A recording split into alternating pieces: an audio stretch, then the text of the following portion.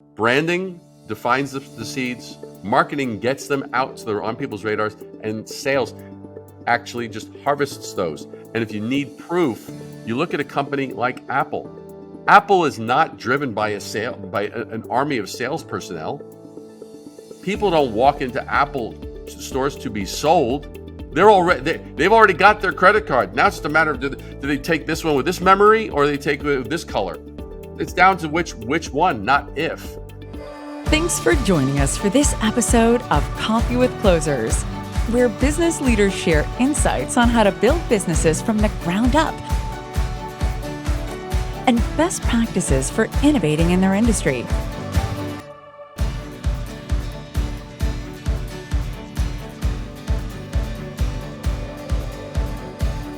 Hey, David, I'm super excited to have you join me for this episode of Coffee with Closers. Absolutely, man. Glad to be here. Emotionally, our mutual friend Alan Katz introduced us and said, hey, man, you need to talk to Dave and get him on your show. I said, yeah, I'll do that right now. And I think that's how we got connected. Exactly. So you're an accomplished author, best-selling author on the topic of branding on Amazon. You've spoken, taught people, worked with some really major brands in their branding endeavors, have tremendous experience in this field. But more than that, you're an entrepreneur as well. So can you share with your audience, a little bit about your entrepreneurial journey, how you became an entrepreneur? Yeah. Well, the basic thing is that a native New Yorker, right? So grew up in Brooklyn, Queens, started my career in Manhattan, and I just didn't dig the various agencies that I saw. There was one particular studio that I was particularly interested in saying, that's a place I feel I can learn from, that I would blossom in.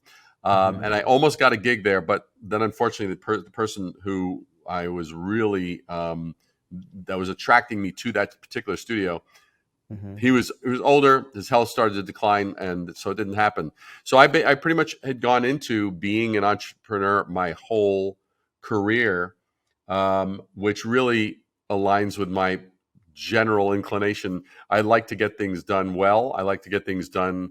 I like to question things. If I see something that is suspect, then I'm not the kind of person to go, sure, yes, okay, and go back to my cubicle. That is not. I am not a cubicle kind of guy.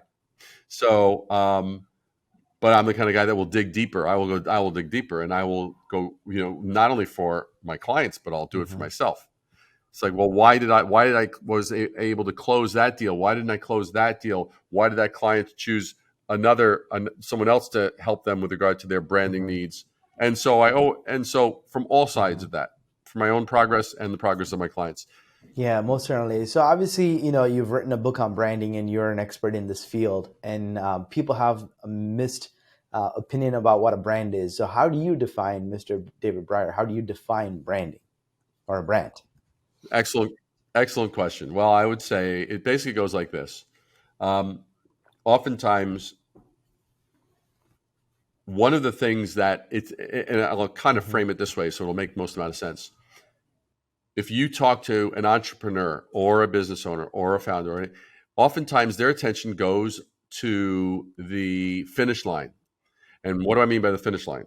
What I mean is, well, how many new accounts are we closing? How many contracts are we getting signed? How many new customers? What's our acquisition, et cetera? And that's what I call the finish line.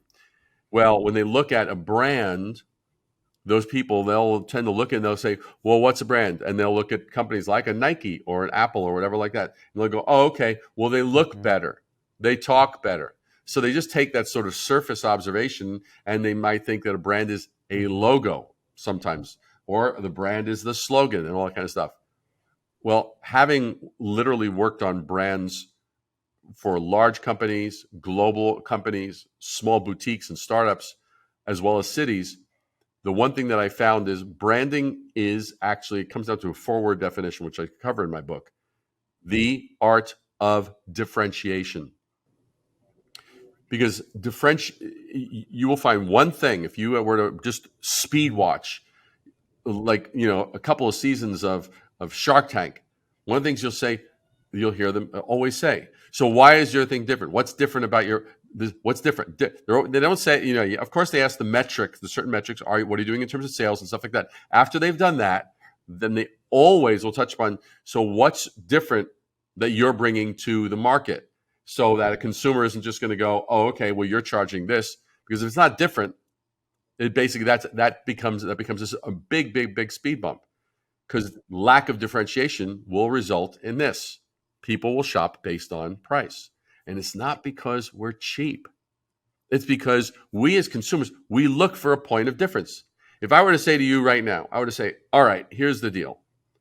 I got 2 bottles of water, 2 16-ounce bottles of water. Here's brand A and brand B, and neither one of them has done any distinction from the other. Just like that. And you look at one, you look at the other, and you're like, well, what's the difference? And I'm like, well, there isn't. The next knee-jerk reaction is going to be, well, which one's cheaper? Since there's no difference that the company is making, I will determine the difference, because obviously the value is apparently the same. So, that just brings me to the point of, different is better than better. See, too many companies play on the principle of let's do something better, which means you're still playing in the same sandbox and the same rules as everybody else. Do you just want to be incrementally better? Oh, they've got 12 flavors. Well, we have 14. Oh, they've got this threshold of sound. Well, we have a slightly wider one. Their noise canceling does this. Well, ours does it just a little bit more. That's just, it's tit for tat. It's kind of whatever.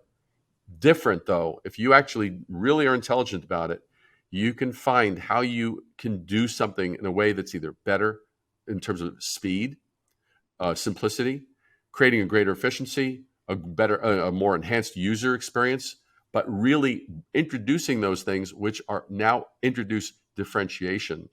And now you're no longer playing by the same box of metrics. Now you're introducing a new conversation, and that's where magic happens.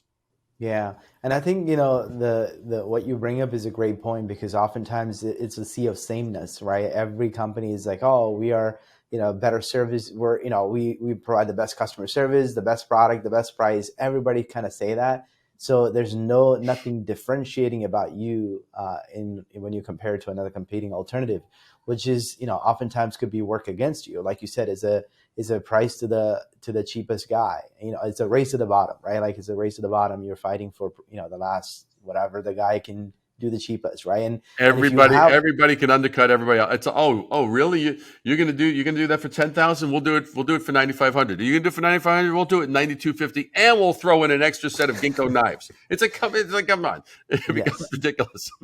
Yeah, and the perceived value of a brand, a brand with a brand equity is really high. And then you have, when you trust a brand, you seem to pay a much higher price for it, because you feel like, hey, they put their name behind it. I can trust their quality. And I do that oftentimes, because you just know, hey, I'm not gonna, I'm not gonna go cheap on this product, because I know, hey, this is gonna last for me a lot longer. Yeah. But here's the challenge: most business leaders, right? Like if you talk to any CEOs, they're not a brand-focused companies. They're usually a product-focused company trying to build a customer base. They're focused on leads and sales and opportunities and pipeline growth, all of those things. CEOs are always, caring about, hey, how do I expand the customer base and all of that. Not a lot of CEOs that you're going to meet that really emphasize the importance of a brand. So what advice do you have for entrepreneurs and business leaders, especially in the senior leadership role? How do they prioritize brand, and what have you seen work really well for a brand, especially CEOs that made the brand an important part of their business strategy? Okay. Now, so here's what happens. You talk to the greatest thought leaders, anyone from Gary Vaynerchuk on to Seth Godin or Elon Musk or even Warren Buffett. It's like, Warren doesn't create brands, but he invests in brands. Well, here's the thing to understand. There's three things. I call it the 3 pillars of branding. Sales is the final leg of the final pillar of those 3.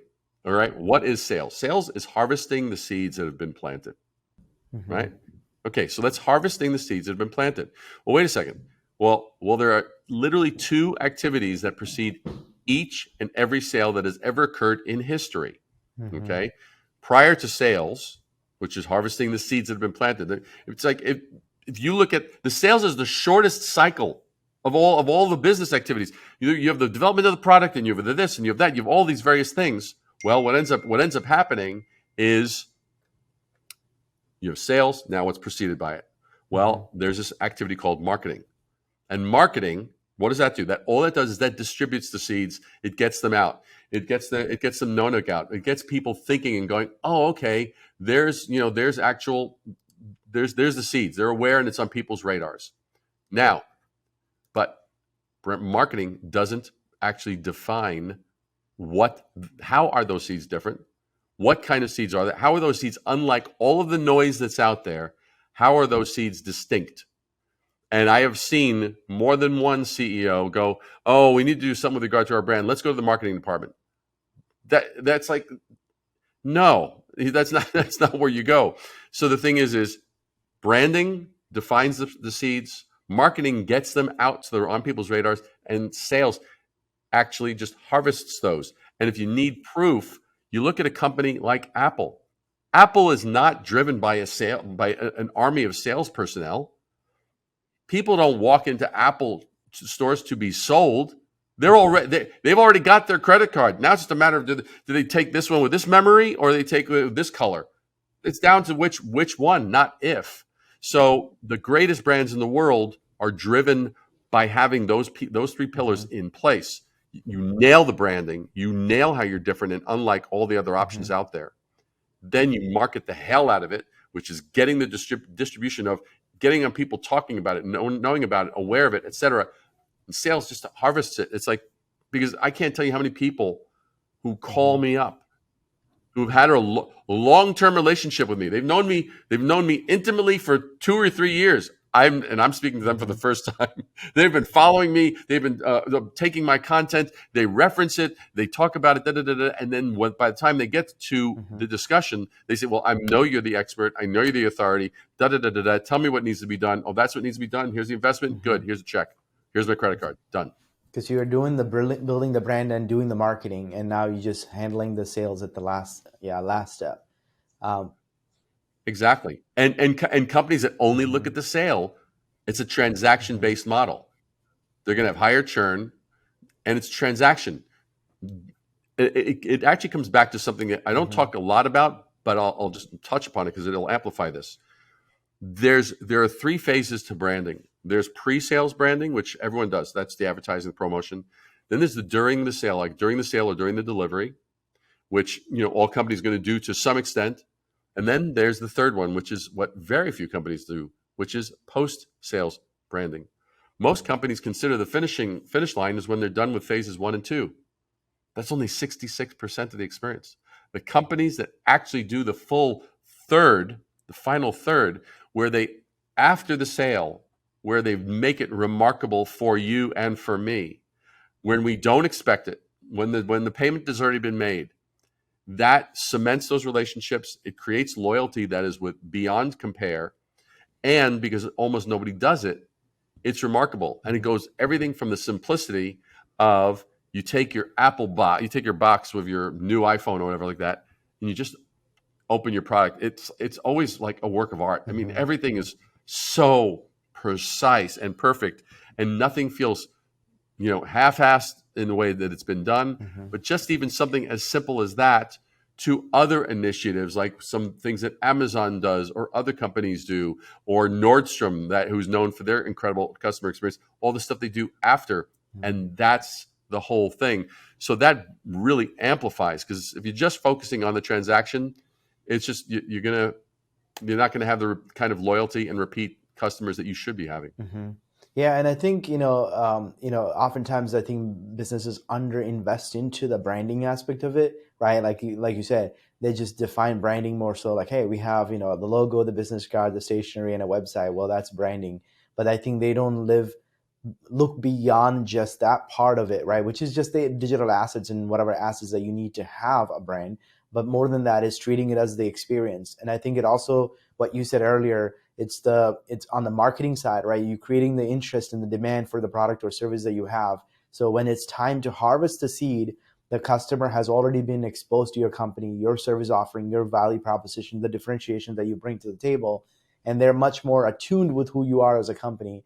And then it's a natural progression is to talk to a sales rep and say, yeah, I trust your company. I've been following you, like you said, with your own prior experiences with people that bought from you. But Yeah. I don't think business leaders are really understanding that there's a nuance to that, right? I think that's where senior leadership is failing in many organizations, because they're when you mention anything with branding, like, oh, create video content, but don't expect anything in terms of immediate conversion or sales, they're like, oh, we don't want to do that. Well, that's not gonna drive our pipeline. That's not gonna give us leads. They define success for anything with some sort of a number, which is a meeting booked, or somebody submitted a form, or an opportunity created in a pipeline. Yeah, it's a short-term mentality versus a long-term game. And the long term is going to absolutely just eclipse the short term. Yeah, you get this little incremental growth and Mm-hmm. stuff like that. But the bottom line is it's kind of like the way selling used to be pre-internet. Mm-hmm. Now, what happens is you and we check stuff out online, and our decision is influenced by the social proof. It's influenced by how many stars a product has gotten, and where does it rank? What are the reviews? By strangers, people we will never meet ever. We have no idea if they have the same lifestyle as us. They have no idea of the same socioeconomic status as us. But all of a sudden, all we're looking at is this quantitative. Oh, it's got X amount, X amount of 5 stars, X amount of 4 stars if we're shopping on Amazon, or you're looking at social proof and you're looking at testimonials and such like that.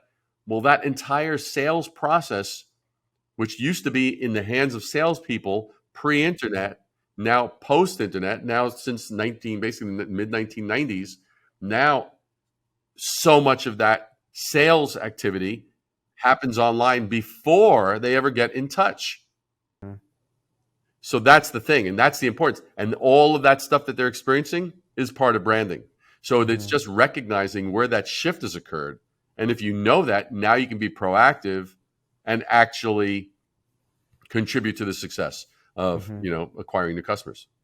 Yeah, you in your book you give like 33 steps to transform a brand. Can you give a couple of those steps, maybe to our audience to kind of tease them to possibly want to go explore the book? Oh, you mean you're talking about this book here? Mm-hmm. We'll see. Well, here. All this for those that are actually seeing this on video. See, it's like here. I'll give you all the bling. Okay, Uh-huh. that's what they should be thinking as far as brand. That's what they should be thinking. Bling bling. I mean, the basic thing. There's so many points that are key. In fact, I'm gonna read you. We'll make this like a little fireside chat. I'll read you the shortest paragraph, which is my favorite. And for those that have not seen the book or don't yet have it, this is the size of the type. Okay, it's big, and because I was personally tired of the books that were out there where 250 300 pages, and somewhere in the middle was the 10 one pages of the nugget. stuff. And I was like, I didn't sign up for a treasure hunt. I signed up for the value. So I actually wrote this, eliminating all the fluff. I even wrote on the back of it that this is the first book written for CEOs, entrepreneurs, and brands that don't have time to read a book on branding. And so, but this is my favorite chapter. See, right here, this will give it to you, right here. And this is called, it's 2 sentences, and this is under the good versus great. A good brand makes us feel good about what they stand for. A great brand makes us feel great about what we stand for. And so, as an example, so many companies will, when they're talking about their stuff, it's like they're a teenager out on a date. The only thing they're interested in is their objective, right? In that date, they're not necessarily interested in the other person that they're out on the date with. They're kind of like they're one single-minded. Well, what happens with companies? It's like, oh, we got to talk about our stuff. We got to talk about us. We got to talk about our products and our R&D and our this and our that. Wait a second. The actual pathway to our customer's front door, it starts at their front door. It doesn't start at ours. And what's at their front door? Their front door is their aspirations, their challenges, their objectives, their objectives. What are the things, the stumbling blocks between where they are and where they want to get to? That's the thing. So that's one of the points that I cover in the book is it's not about us. It is about them. And there's an art and a dance to knowing how to talk about that. And I learned that, and I'll tell you exactly when I learned that, because I've been doing this for 42 years. Next year marks 43 years that I've been doing this. When I got out of school and started my career, I thought it was all about me pitching my skills. I thought it was all about, well, let me show you my work and let me show you what I've done and da da da da da. And that's the way we were trained to promote ourselves. We probably weren't even ever told, here's how you sell, because that probably would have Chet would have enlightened the conversation quite a bit. But what happens is I realized after about 12, 13 years, because I had during that time incredible highs and incredible lows, almost to the point where I almost went bankrupt at one point. There was one day that I was looking at I was sitting there in my office and I was looking at my bank book and looking at the balance, looking at the payroll, looking at the receivables that weren't yet paid that should come in any day. And I was like, it was a devastating moment. And I was like, I got to change this. I realized I was transitioning from talking about my stuff to actually asking more questions. Those sales meetings now went from talking about my stuff and trying to get them to realize the value of this and what I could do to talking about their problems, their aspirations. Because when we're talking to a prospect, they are realizing there's a gap between what they currently have now and where they'd like to get to. It could be anything from less weight to more sales to a greater presence and greater awareness in the marketplace. It could be anything, but they recognize there's a gap. Well, I started talking about the gap. I started asking questions about what do you need to have happening that isn't happening. These kinds of questions, to the point where I almost never showed my portfolio because I didn't have to, because I was talking about the right thing. So talking about the right thing will save so much time and will increase your sales success proportionally. And the customer will feel like they've been heard, right? That's the big difference too, because if all you do is, pitching and presenting, right? They call it the dog and pony show. If all you're doing is just coming up and just doing your show, they don't feel like they've been valued and that their pain or their problem hasn't been explored or listened to. Yeah. I think that's a big, sales 101 mistake that a lot of people make. And I think, I wanted to go back to one thing that you've mentioned. You talked about the short-term versus the long-term goal. And a lot of times I think the brands, they start a lot of campaigns like marketing initiative, but they pause or stop it because they were very short-term focused. This is what a lot of people would start like YouTube channels or start posting on social media, but they give up after 3 months because they didn't see the progress, or they start podcasting for 3 months and they're like, well, we didn't get 1 million download yet, so we're going to give up on it. Right. So those are all branding exercises that they need to understand that it takes time to build a brand. It's not an overnight process. Yeah. Yeah. And, and it's the kind of thing, one can approach it with too hasty and I'm not saying, look, I understand the importance and the necessity for you've got to drive revenue. Cash is what drives the machine. Sure. But if you're so basically, if you don't have a foundation upon which to build, you don't have the cash cushion to basically build it so that it actually can take hold, and you're properly estimating how much you need to reach out and connect with people and enlighten and educate, then you're gonna lose. You're just gonna lose. Yeah, most certainly. So let me ask you this. Obviously, we're talking a lot about the corporate brand, right? Like building the strong corporate brand. But there's an aspect of the personal brand. And a lot of businesses are actually starting to see the senior leadership having a personal brand in which a lot of people follow the person more than the company. So talk to us a little bit about when do you actually think about building that personal brand? And then what are some best practices in doing so? Totally. Well, first of all, the importance of humanizing a brand will come back 100-fold as far in terms of return. Let's just take a quick look. You go, okay, hey, everyone knows Gary Vaynerchuk. Well, he's the human that is at the head of, like, VaynerMedia, Vayner Speakers, VaynerX, et cetera, et cetera, et cetera. Mm-hmm. Okay, Elon Musk, Tesla, Steve Jobs, Apple, Richard Branson, Virgin, et cetera. That human quality, there's nothing that can replace a human being when there's a clear set of values that they bring to the table.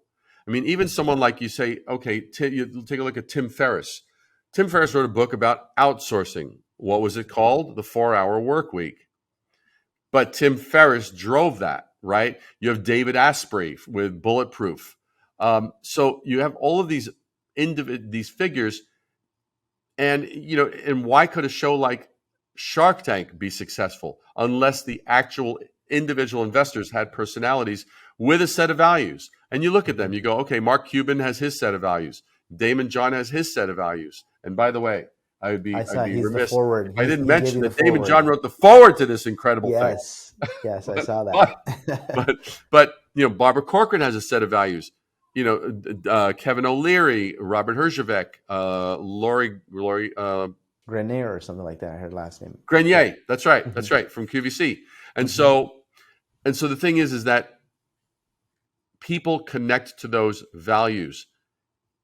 Too many people are a little bit shy, and they confuse. And I've heard some people say this: "Oh, I don't want to be braggadocious, or I don't want to be in the limelight." It's like, you know what? I'll flip that on anybody who has that reservation, and I'll tell you right now, you're being extremely selfish by having that viewpoint. It's like, if you've got something brilliant to bring to the world, don't rely on telepathy or word of mouth to actually get that point across, right? It's like, and I'll reprimand people. Look, if you suck at something, tell me. If you're great at something, equally, tell me. I'm not asking you to stand in a soapbox and scream your own incredible achievements for 20 minutes, and where it's inappropriate. But look, if you're damn good at it, it's kind of like, let's put it into like real practical terms. If I was on a battlefield, I'd want to know which one of the people on my team was the sniper, who was good with arson and bombing and all kinds of various things. I want to know who's got the special skills in those areas so that we can be effective on the battlefield. And it parallels in business. So if you're a great closer, great. If you're not, I know some people who are horrible closers. I actually had to ask a client of mine who for many, many years ago, and I said, because she said something that did not make sense.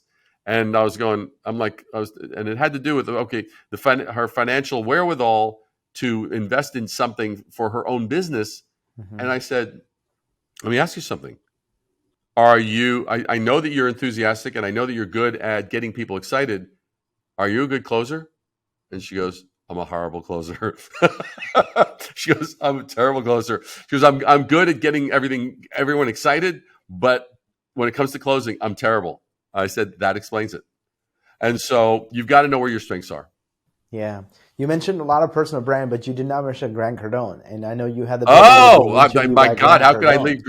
You're totally right. You're absolutely right. No, Grant's a great example of using his personal brand. Absolutely. So you were interviewed by Grant Cardone. What was that experience like? It was very good. It was very, very good. I will, he wanted to know, Grant, and also Oren Claff, who wrote Flip the Script and Pitch Anything.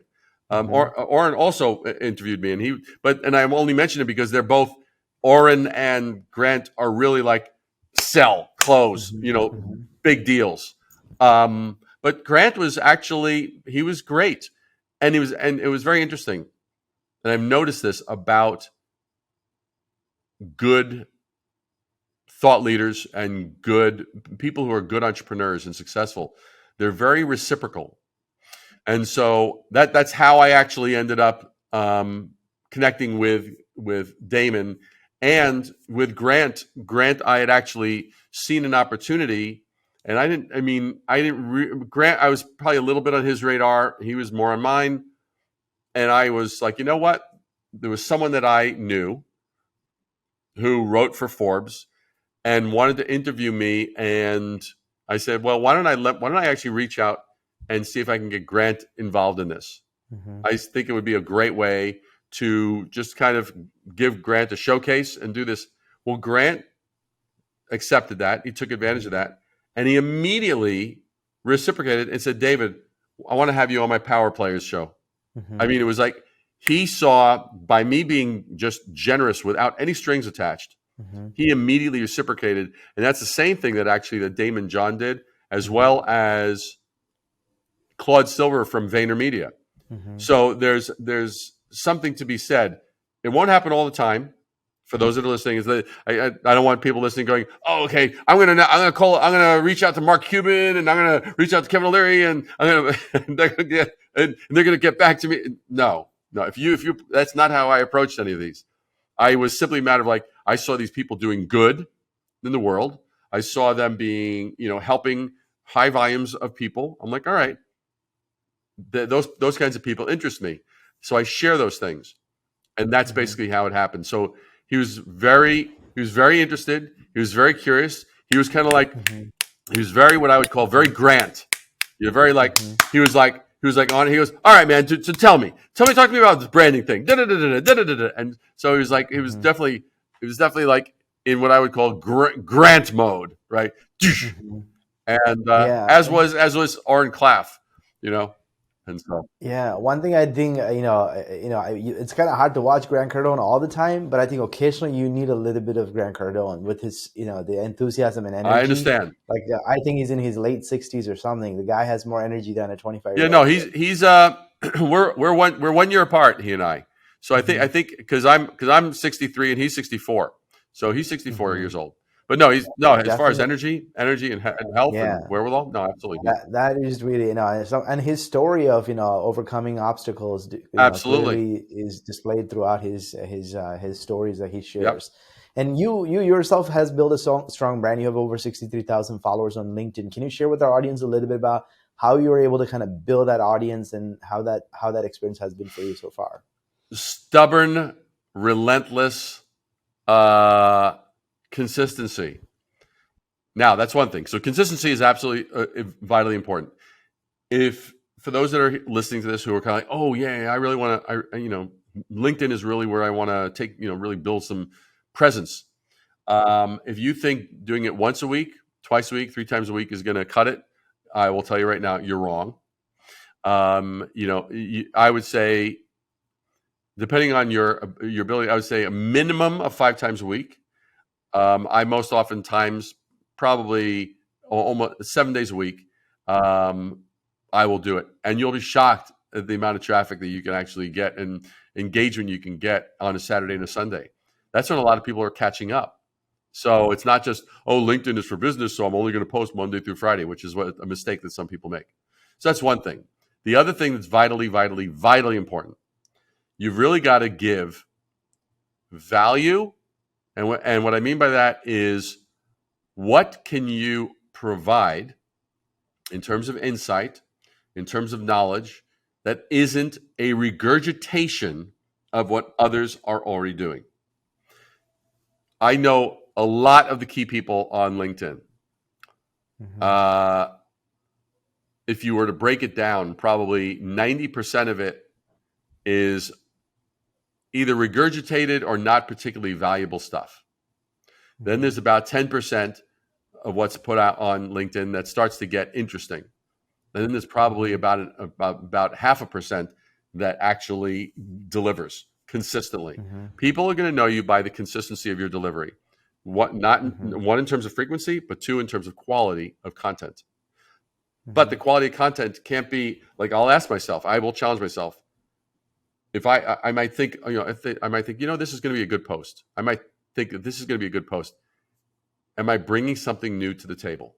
Am I actually, can someone read that and say, I've heard that before? Or what else is new? Or I sure hope so. These are the kind of little acid tests that I check. If someone could read one of my things and say, yeah, that's nothing new. Oh yeah, I've been there. Because I'm gonna have a certain percentage. I'll probably have about 10 or 15% of my stuff that is there simply to provide entertainment. That something about business or a little anecdote or something of that nature. But the 90+% of my stuff is providing content in different ways. It's going to be in carousels. Carousels are incredibly good from the standpoint of if you know how to do them. Do not treat a carousel, and by a carousel I mean if you've been on LinkedIn, you know that you can flick, or you can, basically, if you're doing desktop, you can flick, and I've literally done carousels as high as I think 63 pages. Wow. Okay. But the bottom line is that with those 63 pages, it's like I will be very transparently. I will say there's something you need to know about branding, and but that's all I'll say on one thing, and then I'll say, and this isn't something you're going to hear from your mother.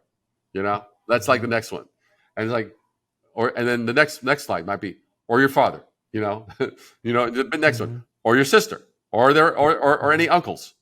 Right? I mean, I bring it on, but it's short, digestible. People love that. Don't make the mistake of doing something thinking they're going to read 3 sentences, 4 sentences, 5 sentences. First of all, it gets small, and then your attention span, people will not read it. It's not going to provide the value. People don't mind if you've done it artfully and tastefully. You actually walk them through. My font size is large. My colors are very, people know them by now. They stand out in the feed. You have to realize there's so much of the feed, and there's going to be pictures of people wearing pretty clothes and doing nice things like that. And there's going to be a certain percentage of that. So there's noise. So how are you going to rise above that? How are you going to stand above that noise level? And so that's the stuff that happens. So I make sure my content is about the people. I will challenge sacred cows.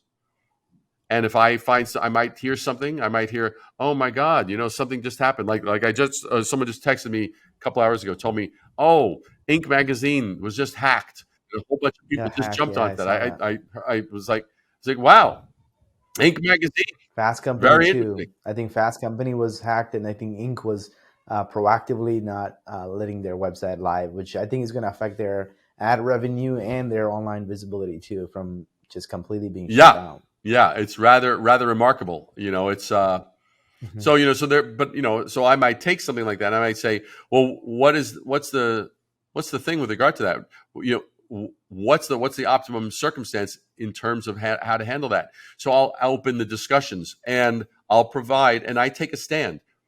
Don't be someone who's wishy-washy. I mean, the things that I would say not to do, don't be wishy-washy. Don't just provide quotes that you've seen or heard that anybody else can see or hear. Don't just provide, you saw a cool YouTube video, so you're gonna post the video because you knew it got 5 million views on YouTube. So wow, that's going to drive a ton of eyeballs. That's just a pathetic play for thinking that you're going to get eyeballs and that a percentage of those are going to now become followers. That's not how it works. It's something that you grow it and you provide insight and information. People know that I have an attitude, not like a mean attitude, but I've got an attitude. I have a definite stand on how to do business, how to brand well. And that people know that my favorite word is bullshit. I will call bullshit when I see bullshit, and I'll tell you why I call it bullshit. I won't just be sort of just be like Howard Stern about it and just go bleh and just be the shock jock, right? So, but that's the stuff you want to look for. How are you going to provide that unexpected value? Make sure that you're introducing something new and not regurgitating. And be willing to experiment and be willing to fail and fail fast. And when I say fail, it doesn't mean you blew it and you're giving up on LinkedIn. You say, no, you try a post and you might think that's going to be the most incredible post. It's going to be amazing. It's going to go viral, quote unquote, right? And it doesn't go viral. Okay, learn from that. Learn what about that didn't hit, and then learn from other stuff that does hit. Yeah, most certainly. So you mentioned weekends have worked well for you, and not just only on weekdays. Are there times of the day that has worked well for your posts? I would say mornings tend to be good. The early morning is generally good. Somewhere from like the 6:30 in the morning till about 8:30 is generally a pretty good window. If you happen to have a lot of business in Australia or that portion of the world, you could post something at 4 o'clock, 4:30, and it's great because then it's 10 a.m. there, so they're loving it. And it's fine to actually do. You could do a little more of an involved post in the morning, and then you could do a really simple one in the late afternoon. But here's a little hack that not everybody realizes. So for years, articles on LinkedIn were crickets. You get 3 people viewing it, and you go, I wrote an article for what? 7 people, 17 people. You go, what? And it's not, it got nothing. Well, I'd say about 7-8 months ago, LinkedIn made it so that every one of us, could have our own newsletter. Here's the breaking news about that. So one is first of all, when you do that, don't just go, hey, the David Brier newsletter. Unless I have millions and millions of followers, that's the wrong way to go. Make it about the topic that you tackle. If you do something for hospitality, make it something about that, so you can become the reference point to that thing. If it's about SaaS, if it's about technology, if it's about sales, whatever. So that's one thing. The second thing is this, and here's the real kicker. There's not a single post in any platform that ranks in SEO. Articles rank on SEO. That means you start writing. And because I have, just on my newsletter alone, on my LinkedIn newsletter, I have over 24,000 subscribers just on my newsletter alone. That's separate from my 63,000 followers. Well, and they get, when I do my newsletter post, and when I actually do it, they get an email directly to their mailbox, their email, which is great. But in addition to that, that ranks on Google search engines.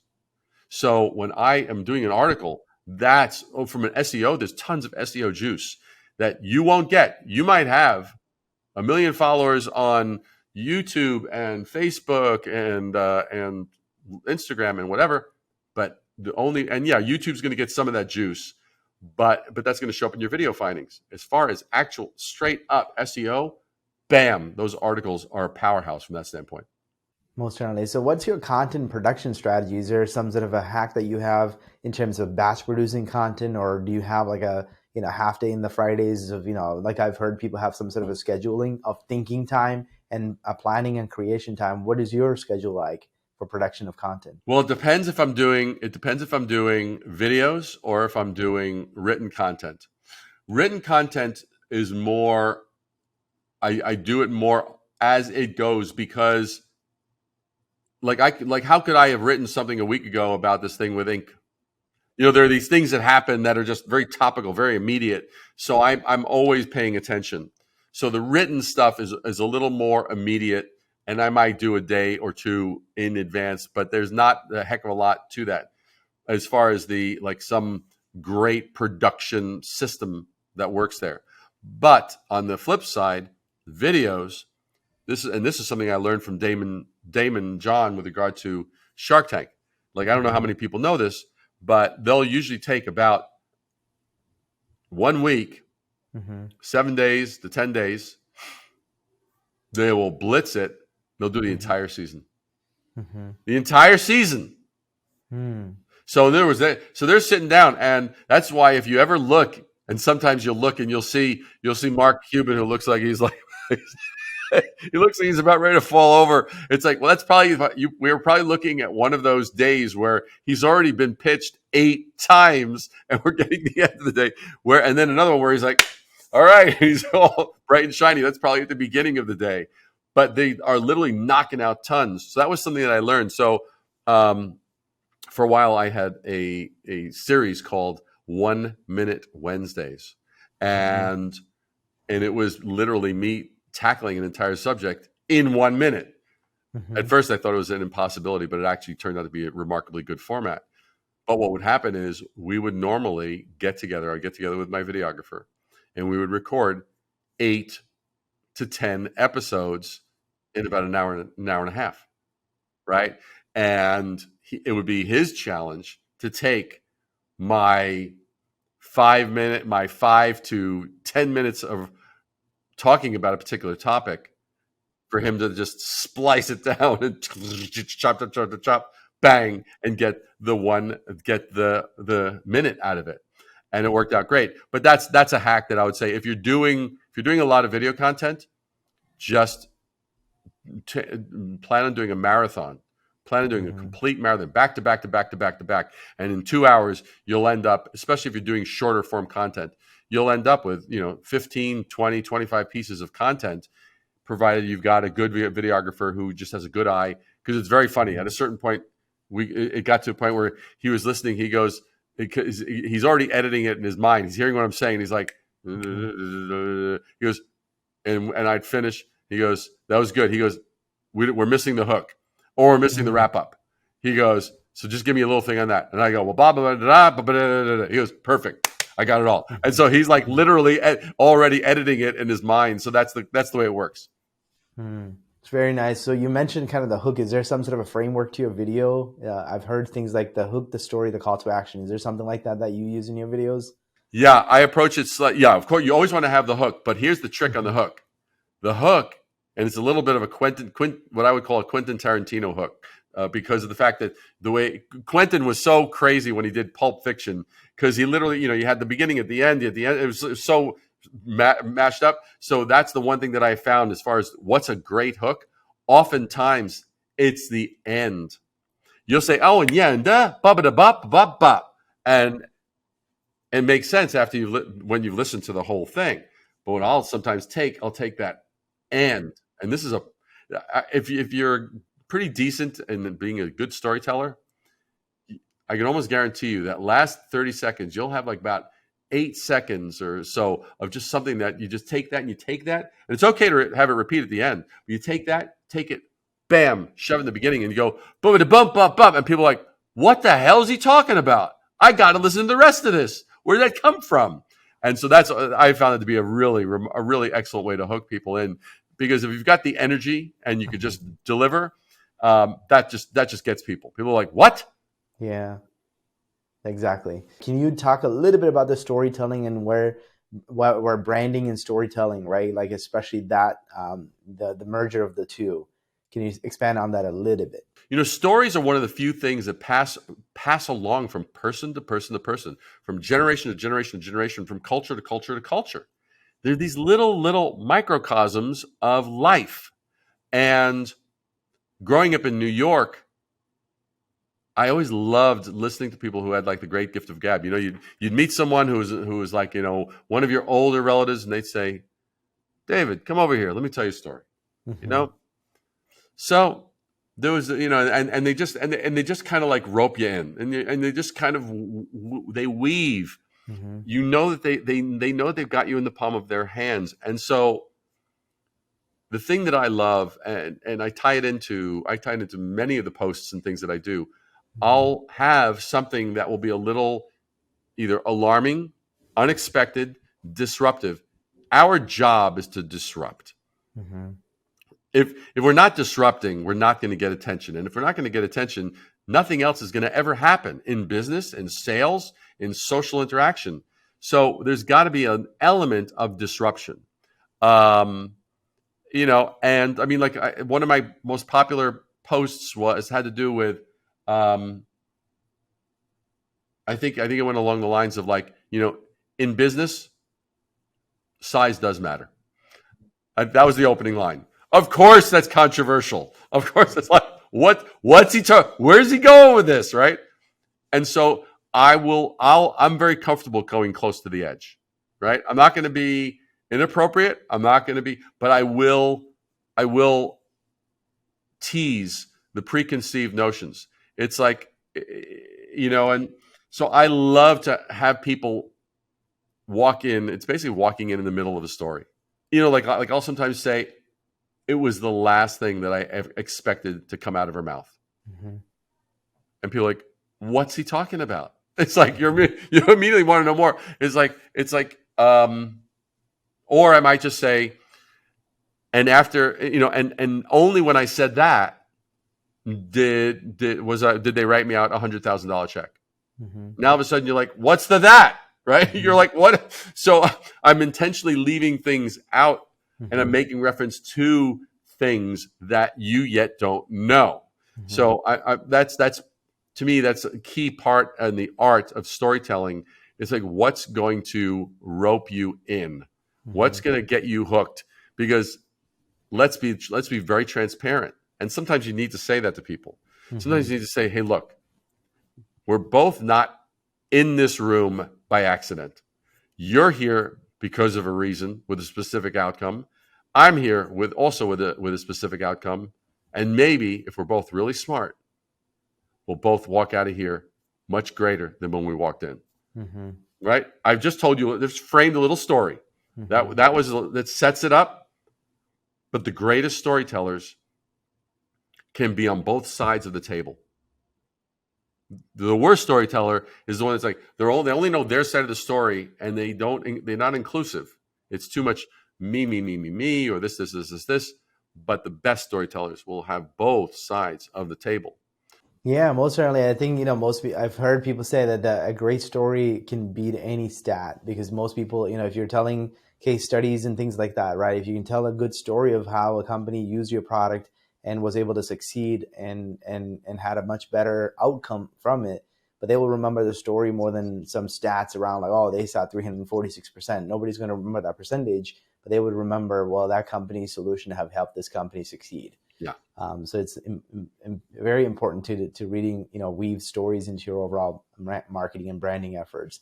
We can talk for hours, Dave. I have one last question. Knowing what you know today, what advice would you give your younger self? I would say the advice I would give my younger self is the other person in the room has attention on some things as much as I have attention on the things that I would like to talk about. They have attention on things that they want to talk about. Do not overshadow and ignore their stories, the things that they want to talk about, because the bottom line is you're there to serve them. There's plenty of time. There's no shortage of time. I mean, and I guess that's probably the thing. It's like I would have been great if someone just said, David, it's okay. There's plenty of time. You don't have to try, because I think every young entrepreneur has that franticness of like, there's only a little window of time. I got to get my pitch out. I got to land it.